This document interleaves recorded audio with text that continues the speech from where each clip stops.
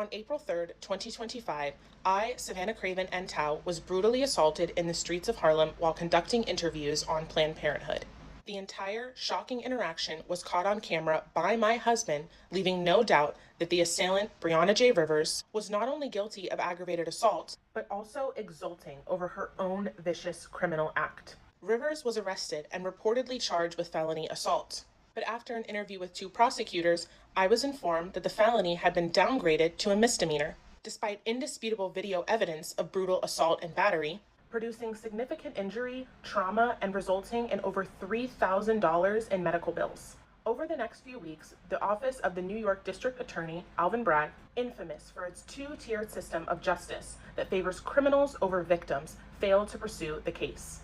On July 23, 2025, I find out the prosecution simply allowed this misdemeanor to be dismissed on speedy trial grounds, apparently due to the prosecution's failure to file a certificate of readiness. I was never advised by the prosecution that my case had essentially been abandoned. As a matter of fact, the prosecutor assigned to handle my case isn't even admitted to the New York bar, just an inexperienced law school graduate. Yet he was able to handle my case under a student practice rule, which is supposed to apply to only very minor offenses. Prior to the dismissal, the prosecutors failed to communicate with me and with my lawyers, and the failure to communicate continued after my lawyers intervened on my behalf to try and find out how this case could be dismissed.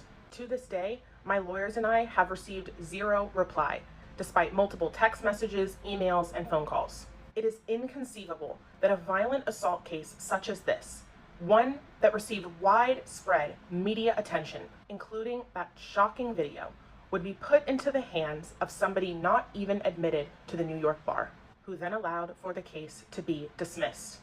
It is hard to avoid the conclusion that this case was deliberately sabotaged. To this day, my assailant, Brianna J. Rivers, continues to show zero remorse and make jokes about her act of violence toward me and other pro-lifers. I do not want clicks, fame, or sympathy for what happened to me. I want justice for the countless pro-life and conservative activists that go out and peacefully stand up for what they believe in.